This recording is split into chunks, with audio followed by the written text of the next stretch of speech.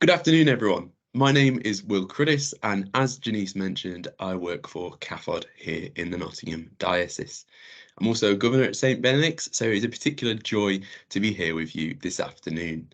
But first of all, happy feast of St Ralph Sherwin. I hope you have had a great day celebrating this wonderful feast of our trust.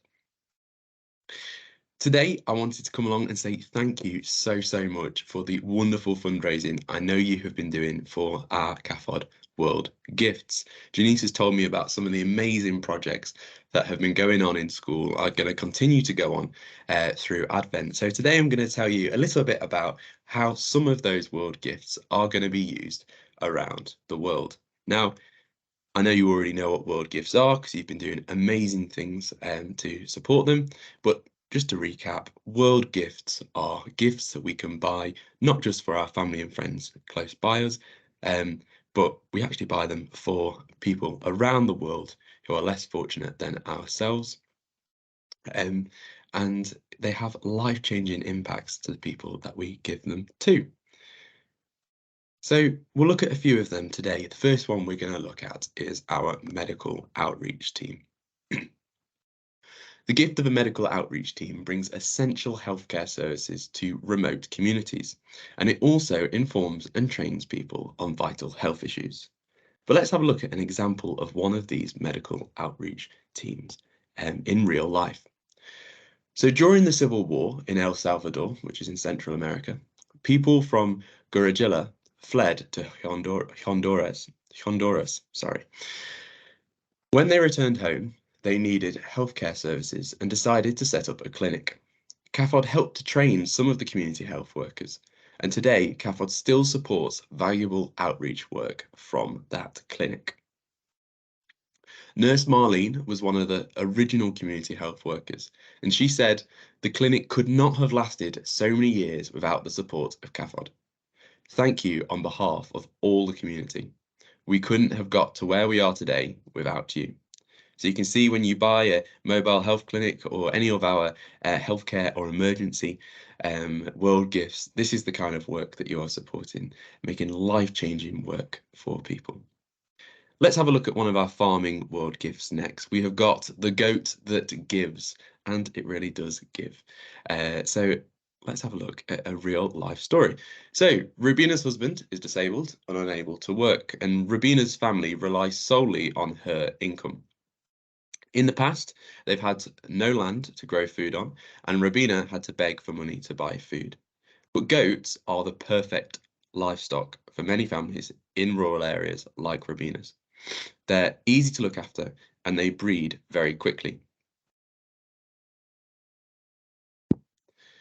They also provide up to 12 pints of nutritious milk a week, which has meant that Rubina's family have received a nanny goat, goat feed and training on how to care for their goat. With baby goats on the way, Rubina should have plenty of goats to keep or sell.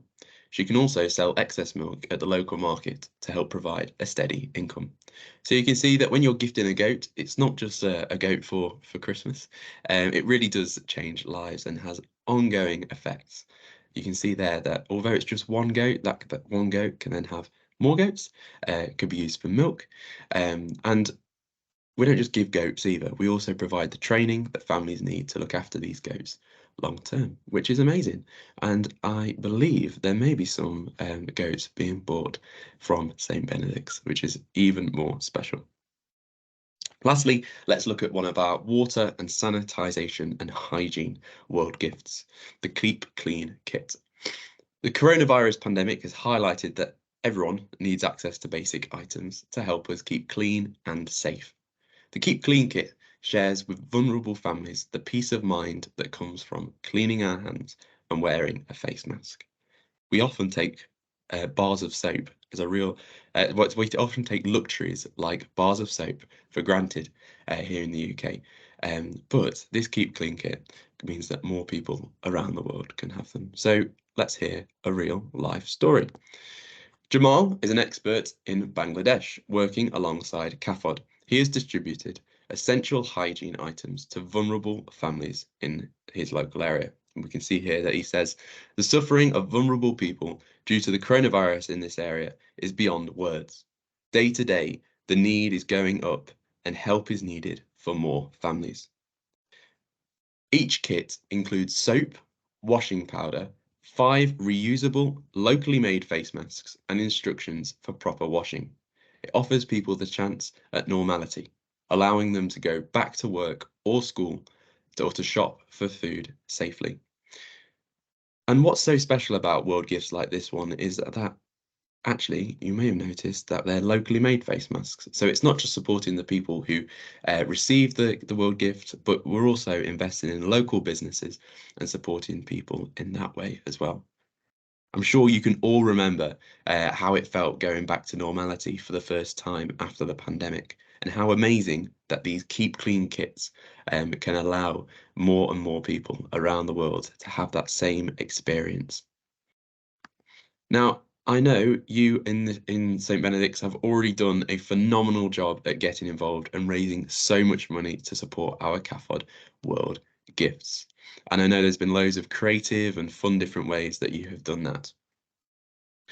I'm really looking forward to seeing them when they come through and hearing about all the different stories. But Janice has already told me how amazing you have been over the last couple of weeks. So, lastly, thank you. A massive, massive thank you to all of you and all of the hard work that you have done. We're so, so grateful. And hopefully, some of the stories you've heard today will help you know that the gifts that you buy will make genuine, life-changing differences to people around the world. Thank you so much. Hopefully, I'll be in school soon to be able to say thank you in person. But that's all from me this afternoon.